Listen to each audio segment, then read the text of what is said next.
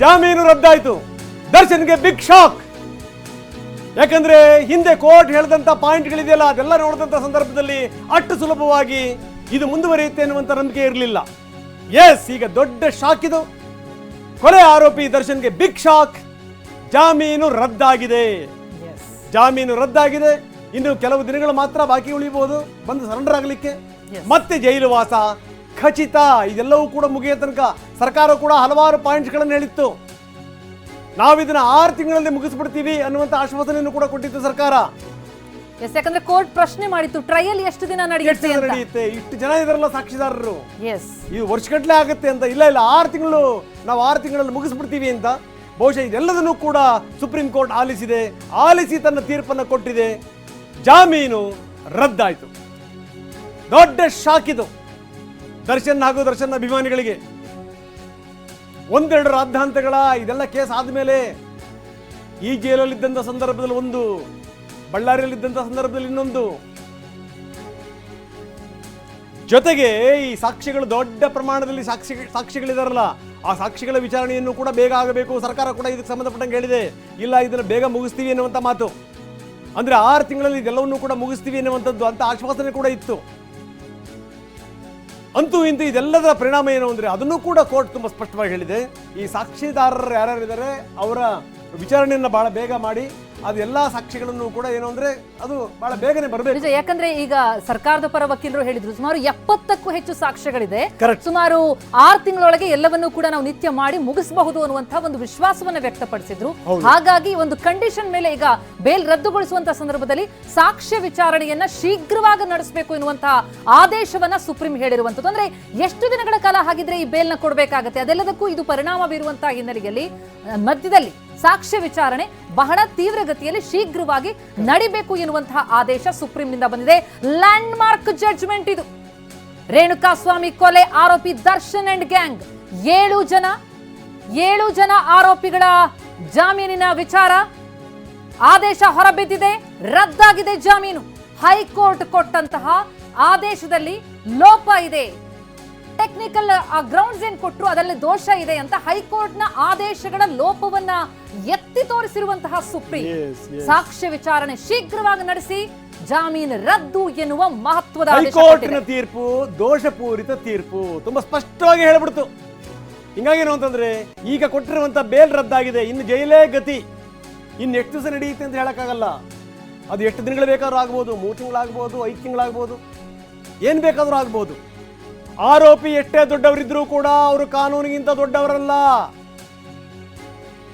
ಕಾನೂನು ಆಡಳಿತ ಎತ್ತಿ ಹಿಡಿಯಲಾಗಿದೆ.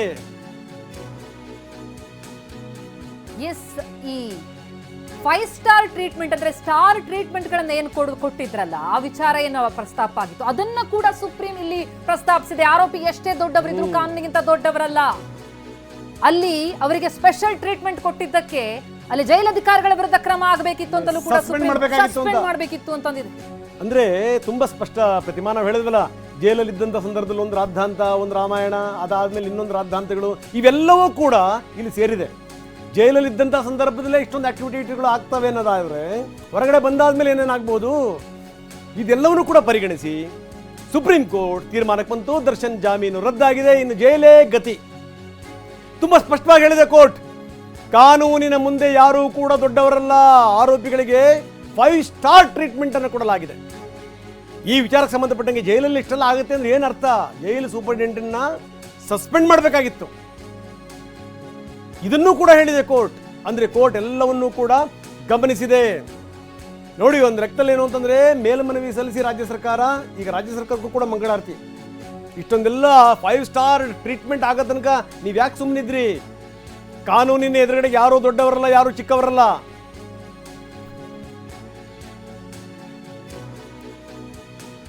ಇನ್ನು ಏನಾದ್ರೂ ಮುಂದಿನ ಕೇಸ್ಗಳಲ್ಲಿ ಈ ರೀತಿ ಆಯ್ತು ಅಂತಂದ್ರೆ, ಜೈಲಲ್ಲಿ ಕುತ್ಕೊಂಡಿವರು ರಾಜಾರೋಷವಾಗಿ ಬೇಕಾದ ಮಾಡ್ತೀವಿ ಅಂತಂದ್ರೆ, ಲಾನಲ್ಲಿ ಕುತ್ಕೊಂಡಿವ್ರು ಕಾಲ ಮೇಲೆ ಕಾಲ ಹಾಕೊಂಡು ಕುತ್ಕೊತೀವಿ, ಸಿಗರೆಟ್ ಸೆತ್ತೀವಿ ಅನ್ನೋದಾಯ್ತು ಅಂತಂದ್ರೆ ಏನರ್ಥ? ಅದು ಇದೆಲ್ಲದಕ್ಕೂ ಕೂಡ ಒಂದು ದೊಡ್ಡ ಎಚ್ಚರಿಕೆಯ ಸಂದೇಶ ಇದು.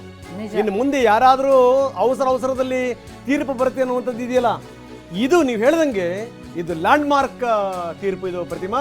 ಯಾಕಂದ್ರೆ ಈ ವಿಚಾರ ಇದೆಯಲ್ಲ, ಇದನ್ನ ಇಟ್ಕೊಂಡು ಇನ್ನು ದೊಡ್ಡ ಎಚ್ಚರಿಕೆಯ ಸಂದೇಶ ಇದು. ಎಸ್, ಬರೀ ಬೇಲ್ ರದ್ದಾಗಿದ್ದಲ್ಲ, ಅಲ್ಲಿ ಕೊಟ್ಟಂತ ಅಂಶಗಳೇನಿದೆ, ಇನ್ನು ಮುಂದೆ ಈ ರೀತಿಯಲ್ಲಿ ಆರೋಪಿ ಜೈಲಿನ ಲಾನ್ ನಲ್ಲಿ ಕುಳಿತು ಸಿಗರೇಟ್ ಸೇದಿದ್ದು ಕಂಡು ಬಂದ್ರೆ ಜೈಲ್ ಅಧಿಕಾರಿಗಳ ಕ್ರಮ, ಅವರ ವಿರುದ್ಧ ಕ್ರಮ ಆಗ್ಬೇಕು ಅಂತ ಸುಪ್ರೀಂ ಕೋರ್ಟ್ ಎಚ್ಚರಿಕೆ ಕೊಟ್ಟಿದೆ.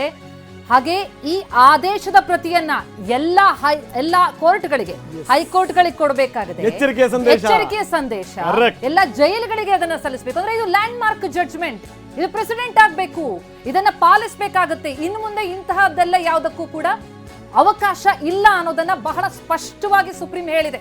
ಈ ತೀರ್ಪಿನ ಪ್ರತಿಯನ್ನ ಎಲ್ಲ ಹೈಕೋರ್ಟ್ಗಳಿಗೂ ಕೂಡ ಕಳಿಸಬೇಕು ಅಂತ ಹೇಳಿದೆ. ಎಲ್ಲ ಹೈಕೋರ್ಟ್ಗಳಿಗೂ ಕೂಡ. ಅಂದ್ರೆ ಯಾರಾದ್ರೂ ಹಿಂಗೆ ಹರಿಬರಿ ಏನಾದ್ರು ಕೊಡ್ತೀವಿ ಅಂತಂದ್ರೆ, ಅವಸರದಲ್ಲಿ ಕೊಡ್ತೀವಿ ಅಂತಂದ್ರೆ ಅದು ಅವ್ರಿಗೊಂದು ದೊಡ್ಡ ಪಾಠ ಆಗಬೇಕು. ಅಂದ್ರೆ ನೀವು ಹೇಳ್ದಂಗೆ ಏನು ಅಂತಂದ್ರೆ ಇದು ಇದು ಇದು ಕಣ್ಣು ಮುಂದಿರುತ್ತೆ. ಯಾರಿಗಾದ್ರೂ ಕೊಡಬೇಕಾದ್ರೆ 10 ಬಾರಿ ಯೋಚನೆ ಮಾಡಿ ಕೊಡಬೇಕು ಅಂತ ಒಂದು ಸ್ಥಿತಿ. ಎಲ್ಲ ಜೈಲುಗಳಿಗೂ ಕೂಡ ಆದೇಶದ ಪ್ರತಿ ಕಳಿಸಬೇಕು. ಯಾಕೆ ಜೈಲಿಗೆ ಕಳಿಸ್ಬೇಕು ಅಂತಂದ್ರೆ ಅದ್ರಲ್ಲಿ ಮೆನ್ಷನ್ ಆಗಿದೆ, ಜೈಲಿನ ಸೂಪರಿಂಟೆಂಡೆಂಟ್ ಅನ್ನ ಯಾಕೆ ನೀವು ಅಮಾನತಲ್ಲಿ ಇಡ್ಲಿಲ್ಲ, ಯಾಕೆ ಸಸ್ಪೆಂಡ್ ಮಾಡಲಿಲ್ಲ ಅಂತ ಕೇಳಿದೆಯಲ್ಲ, ಇದು ಎಲ್ಲ ಜೈಲಿಗೂ ಹೋಗಬೇಕಿದು. ಅಂದ್ರೆ ಈ ಮುಖಾಂತರ ಒಂದು ದೊಡ್ಡ ಸಂದೇಶ, ಸ್ಪಷ್ಟ ಸಂದೇಶ, ಎಚ್ಚರಿಕೆಯ ಸಂದೇಶ ಅದು ಸುಪ್ರೀಂ ಕೋರ್ಟ್ನಿಂದ ಹೋಗಿದೆ. ಎಲ್ಲ ಜೈಲುಗಳಿಗೂ ಕೂಡ ಹೋಗಬೇಕು ಇದು ಈ ತೀರ್ಪಿನ ಪ್ರತಿ. ಜೊತೆಗೇನು ಅಂದ್ರೆ ಎಲ್ಲ ಹೈಕೋರ್ಟ್ಗಳಿಗೂ ಕೂಡ ಹೋಗಬೇಕು. ಈ ಪ್ರಕರಣ ಆದಂತ ಸಂದರ್ಭದಲ್ಲಿ ಯಾವಾಗ ರಾಜಾತಿಥ್ಯ ಕೊಡ್ಲಾಯ್ತು ದರ್ಶನ್ ಹಳ್ಳಿ ಗ್ಯಾಂಗ್ಗೆ ಪರಪ್ಪನ ಅಗ್ರಹಾರದಲ್ಲಿ ಎನ್ನುವಂತಹ ಪ್ರಕರಣ ಹೊರಬಿತ್ತು, ಆಗ ಎಲ್ಲ ಕಡೆಗಳಲ್ಲೂ ಕೂಡ ಬಹಳ ದೊಡ್ಡ ಚರ್ಚೆ ಆದದಿದೆ. ಮತ್ತು ಒಂದಾದ್ಮೇಲೆ ಒಂದು ಇಂತಹ ಪ್ರಕರಣಗಳು ಹೊರಬರ್ತಾ ಹೋಗಿದ್ವು. ಎಲ್ಲಾ ಜೈಲುಗಳಲ್ಲೂ ಹೇಗೆ ರಾಜಾತಿಥ್ಯ ಕೊಡಲಾಗಿದೆ ಪ್ರಭಾವಿಗಳಿಗೆ ಅಂತ. ಅದಕ್ಕೂ ಕೂಡ ಈಗ ಬ್ರೇಕ್ ಬೀಳ್ತಾ ಇದೆ. ಕ್ರಮ ಆಗಬೇಕು ಎನ್ನುವಂತಹ ಕಠಿಣವಾದಂತಹ ಸೂಚನೆಯನ್ನ ಸುಪ್ರೀಂ ಕೊಡ್ತಾ ಇದೆ. ಹಾಗಾಗಿ ಎಲ್ಲಾ ಜೈಲುಗಳಿಗೂ ಕೂಡ ಈ ಮೂಲಕ ಸುಪ್ರೀಂ ಕೋರ್ಟ್ ಶಾಕ್ ಕೊಟ್ಟಿದೆ. ಅಂದ್ರೆ ಮುಂದೆ ಜೈಲು ಅಧಿಕಾರಿಗಳ ಮೇಲೂ ಕೂಡ ಕ್ರಮ ಅನ್ನುವಂಥದ್ದು ಇದರ ತುಂಬಾ ಸ್ಪಷ್ಟವಾದಂತ ಸಂದೇಶ. ಎಲ್ಲ ಜೈಲುಗಳಿಗೂ ಕೂಡ ಒಂದು ದೊಡ್ಡ ಶಾಕ್. ಹುಷಾರಾಗಿರಿ. ಅಂದ್ರೆ ಈಗ ಜೈಲುಗಳಲ್ಲಿ ಏನೇನು ಆಗ್ತಾ ಇದೆ ನಾವು ನೋಡ್ತಾ ಇದೀವಿ. ಇಷ್ಟೊಂದೆಲ್ಲ ಆದ್ಮೇಲೂ ಕೂಡ ಮೊನ್ನೆ ಟಿವಿನ ವರದಿನಲ್ಲಿ ನಾವು ನೋಡ್ತಾ ಇದ್ವಿ ಎಷ್ಟರ ಮಟ್ಟಿಗೆ ಜೈಲುಗಳಲ್ಲಿ ರಾಜಾತಿಥ್ಯಗಳಿದೆ, ಇನ್ನೂ ಕೂಡ ಕಂಟಿನ್ಯೂ ಆಗಿದೆ. ಇಂಥ ಜೈಲುಗಳಿಗೆ ಈಗ ಒಂದು ಸ್ಪಷ್ಟವಾದಂತಹ ಸಂದೇಶ. ಏನಾದರೂ ಹೆಚ್ಚು ಕಡಿಮೆ ಆಯ್ತು ಅಂತಂದ್ರೆ ಇನ್ನು ಸಂಬಂಧಪಟ್ಟಂತ ಜೈಲಾಧಿಕಾರಿಗಳನ್ನ ಮನೆ ಕಳಿಸಕ್ಕೆ ದೊಡ್ಡ ಕಾರಣ ಬೇಕಾಗಿಲ್ಲ. ಅಲ್ಲಿ ಕೊಟ್ಟಿರುವಂತ ಲೀನಿಯನ್ಸ್ ಇದೆಯಲ್ಲ, ಅಲ್ಲಿ ಕೊಡುವಂತ ರಾಜಾತಿಥ್ಯ ಇದೆಯಲ್ಲ, ಅಲ್ಲಿ ಕೊಡುವಂತ ವಿಶೇಷ ವ್ಯವಸ್ಥೆಗಳಿದೆಯಲ್ಲ, ಫೋನ್ಗಳಿಂದ ಹಿಡಿದು ನೀವು ಏನು ಬಾಡೂಟದ ತನಕ ವ್ಯವಸ್ಥೆ. ಹೋಗಿ ಸಂಬಂಧಪಟ್ಟಂಥವ್ರು ಸಿಗರೇಟ್ ಸೇದಬಹುದು, ಗಾಂಜಾ ಹೊಡಿಬಹುದು, ಕಾಲ್ ಮೇಲೆ ಕಾಲ ಹಾಕೊಂಡು ಕುತ್ಕೋಬಹುದು, ಲಾನ್ ಮೇಲೆ ಏನು ಚೇರ್ ಹಾಕೊಂಡು ಕುತ್ಕೋಬಹುದು, ಬಾಯಲ್ಲಿ ಸಿಗರೇಟು, ವಿಡಿಯೋ ಕಾಲು, ಒಂದಾ ಎರಡ. ಈಗ ಕಾರಣ ಬೇಕಾಗಿಲ್ಲ. ಈಗ ಸುಪ್ರೀಂ ಕೋರ್ಟಿನ ತೀರ್ಪಿದೆ ನೋಡಿ, ಸಂಬಂಧಪಟ್ಟಂಥವ್ರ ಮೇಲೆ ಕ್ರಮ ಜರುಗಿಸ್ತಾ ಇದ್ದೀವಿ. ಮುಲ್ಲಾಜಿಲ್ದನೆ ಕ್ರಮ. ಜೈಲಾಧಿಕಾರಿಗಳು ಸ್ವಲ್ಪ ಎದ್ದು ಕುತ್ಕೋಬೇಕು. ಇವಾಗ ಚಳಿ ಬಿಟ್ಟಿದೆ, ಈಗ ಬಿಡಿಸಿದೆ ಸುಪ್ರೀಂ ಕೋರ್ಟ್. ಈ ರೀತಿಯೆಲ್ಲ ಮಾಡಲ್ಲ ಅಂತ, ಕ್ರಿಮಿನಲ್ಗಳು ಹೆಂಗಿರಬೇಕೋ ಹಂಗೇ ಇರಬೇಕು ಅಂತ. ನೀವು ಜೈಲಲ್ಲಿ ರಾಜಾತಿಥ್ಯ ಕೊಡ್ತೀವಿ ಅಂದ್ರೆ ಆಗಲ್ಲ. ಇವೆಲ್ಲ ಆರೋಪಿ ಎಷ್ಟು ದೊಡ್ಡವನಿದ್ರೂ ಕೂಡ ಕಾನೂನಿಗಿಂತ ದೊಡ್ಡವನಲ್ಲ.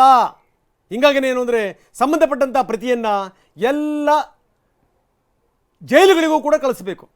ಜೈಲಿನ ಅಧಿಕಾರಿಗಳು ಪದೇ ಪದೇ ಓದಬೇಕಿದನ್ನು. ಮುಂದೆ ನಿಮಗೆ ಎಚ್ಚರಿಕೆ ಇದು. ಮುಂದೆ ಇದೇ ಆಧಾರದ ಮೇಲೆ ಇನ್ನು ಯಾರ್ಯಾರ ಮನೆಗೆ ಹೋಗ್ಬಿಡ್ತಾರೋ ಗೊತ್ತಿಲ್ಲ. ದೊಡ್ಡ ಎಚ್ಚರಿಕೆ. ಅಷ್ಟೇ ಅಲ್ಲ, ಎಲ್ಲ ಹೈಕೋರ್ಟ್ಗಳಿಗೂ ಕೂಡ ಹೋಗಬೇಕು ಈ ಪ್ರತಿ. ಈಗ ದರ್ಶನ್, ಪವಿತ್ರ ಗೌಡ ಸೇರಿದಂತೆ 7 ಆರೋಪಿಗಳ ಜಾಮೀನು ರದ್ದಾಗಿದೆ. ಈಗ ಮತ್ತೆ ಜೈಲೂಟವೇ ಇವರಿಗೆ ಗತಿ. 7 ಆರೋಪಿಗಳ ಜಾಮೀನನ್ನ ರದ್ದುಗೊಳಿಸೋದರ ಜೊತೆಗೆ ಜೈಲು ಹೇಗಿರಬೇಕು, ಜೈಲು ವಾಸ ಅನುಭವಿಸುವಂತವರಿಗೆ ಜೈಲು ಹಾಗಿರಬೇಕು ಅನ್ನೋದನ್ನ ಇಲ್ಲಿ ಸ್ಪಷ್ಟಪಡಿಸಿದೆ.